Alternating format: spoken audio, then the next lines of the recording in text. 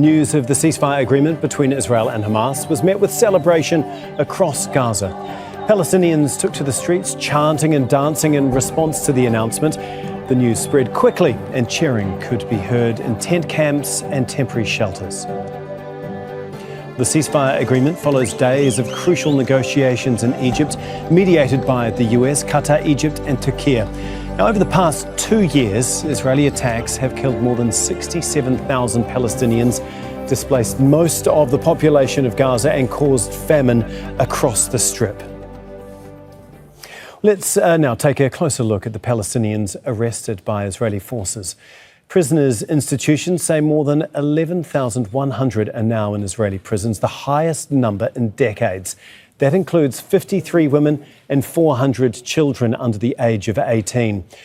Only 1,400 detainees have been convicted, and more than 3,500 are being held without charge or trial under what Israel calls administrative detention.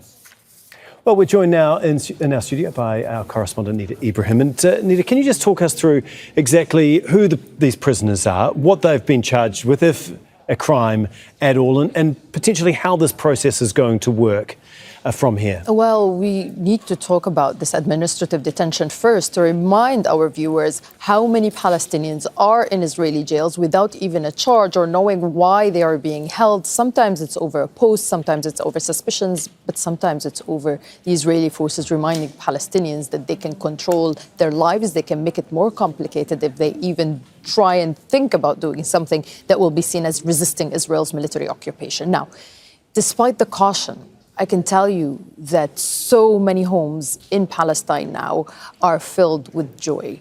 They are hoping that their sons and daughters were going to be part of these deals. The names that are being still discussed, as we understand now in Egypt, are still being formulated. But people are hoping that their sons who are serving life terms, who have no other chance to leave prison but through a swap deal, are now trying to see, are their sons going to be there or not?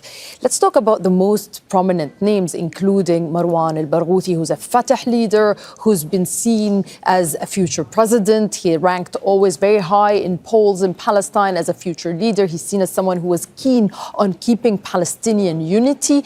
His wife is now in Egypt trying to secure that her husband is going to be among those names that are being discussed to be released, especially that we're talking about 250 Palestinians of high sentences and those who are serving life terms who are expected to be released as part of the deal. Now, we have 303 Palestinian prisoners who already are convicted with life-term imprisonment. So these names are very sensitive because Israel does not want a leader like Marwan al-Barghouthi who's going to come out, unify the Palestinians under one umbrella. Fatah and Hamas, he's been known as a leader inside jail, really a unifying figure. So Israel has been vetoing some names. Now, it's really unlikely that Hamas would be stopping the negotiations just because of the name of Marwan al-Barghouthi, just because of the name of Abdullah al-Barghouthi and Ahmed Saadat. These are the prominent symbolic Palestinian prisoners inside Israeli jails.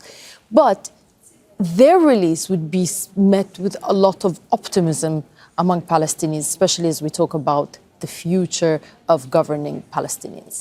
We've seen prisoner swaps, exchanges before in these ceasefire negotiations. Based on that, can you just give us an idea of how this potentially could work in the coming days? Well, Tom, I can tell you that in my career, covering these Palestinian prisoners being released has been the highlight.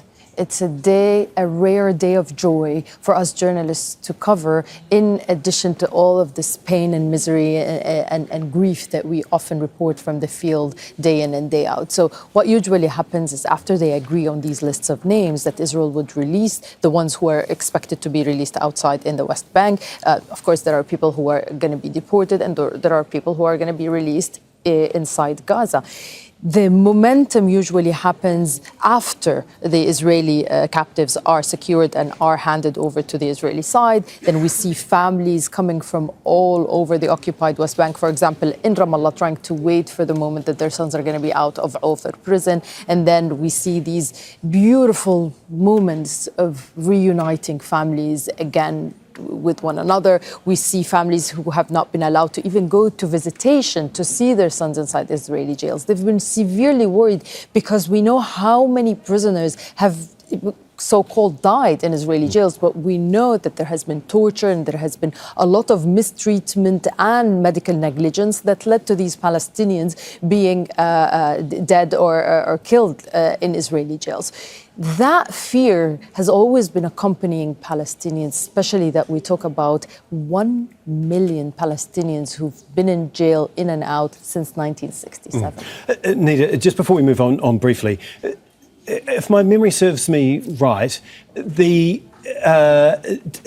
Israel actually restricted celebrations from when prisoners were released earlier in this year? It tried this several times during the prisoner releases. Whenever they see a family gathering near the prison, they shoot tear gas bombs. They try to shoot towards journalists. We ourselves got injured, some of our team members, by tear gas canisters while we were trying to cover this. They do not want Palestinians to see this as a moment of joy, as a moment of jubilation, even though for those families who are waiting for their sons and daughters to come home, it is indeed, and it's going to be a very happy moment. Yeah, indeed. Stay with us because I want to get your thoughts on the Palestinian President Mahmoud Abbas, who has welcomed the announcement of a ceasefire agreement.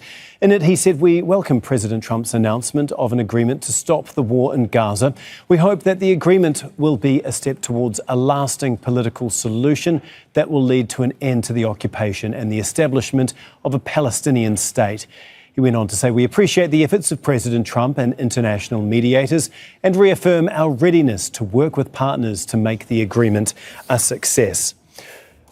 Nida, just given that statement, how do you think Abbas and Hamas will actually deal with one another going forward? So let's remember, before the internal Palestinian split that has been going on since 2006, 2007, the Palestinian Authority has been the body that was governing the occupied West Bank and the Gaza Strip, even though these two entities are under occupation.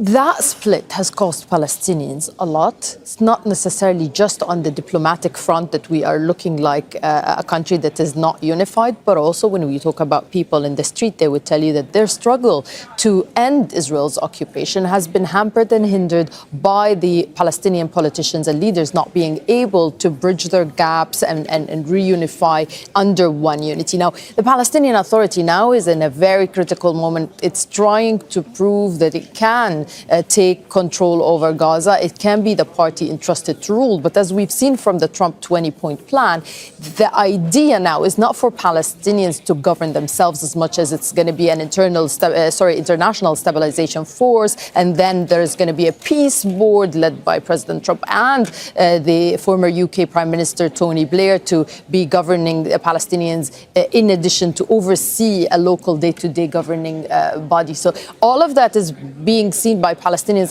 as an attempt to undermine Palestinians' ability to govern themselves. So the Palestinian Authority, by the way, has been cracking down lately and trying to step up its fight against corruption to prove to the international community that they indeed are eligible and can rule Gaza. Whether they're going to be allowed, I think this is something we'll have to see in these talks that are going to go beyond phase one. Obviously, that is a huge concern, and one of the main criticisms of Donald Trump's 20-point plan was that it really was put together without strong Palestinian voices over exactly who was actually going to govern once all was said and done.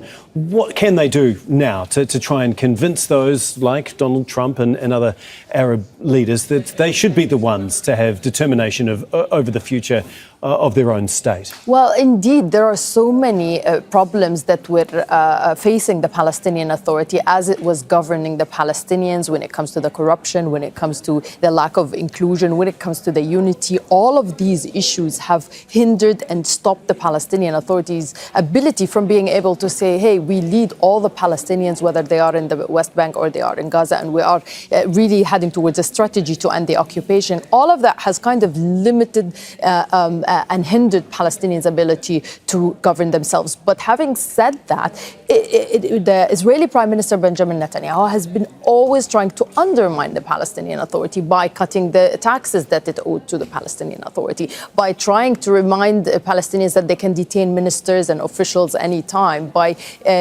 restricting movement in the occupied West Bank and reminding people that, while the Palestinian Authority is the one ultimately paying the bills, it is Israel who's governing day-to-day activities and day-to-day life. It's really important for all the international community to notice that Palestinians are the ones who have the sovereign right to govern themselves in their way of trying to liberate themselves from Israel's occupation. Whether the momentum now around President Trump is there, that remains a very big question. But as the Palestinians have been hearing a lot from the mediators like Qatar, like Turkey, like Egypt, that there is an interest from them to hand over Gaza to the Palestinian Authority as a way of showing that Palestinians can indeed govern themselves and do not want some sort of an international auspices and international supervision. Whether that's going to be achieved, it remains to be seen, but this is something definitely the Palestinians are going to push for. Okay, thank you so much, Nida, as always, for explaining all of that so concisely, so clearly. We do appreciate it. Don't miss out and get the full picture. Subscribe to Al Jazeera for reliable news and expert insights. Like, share, stay ahead.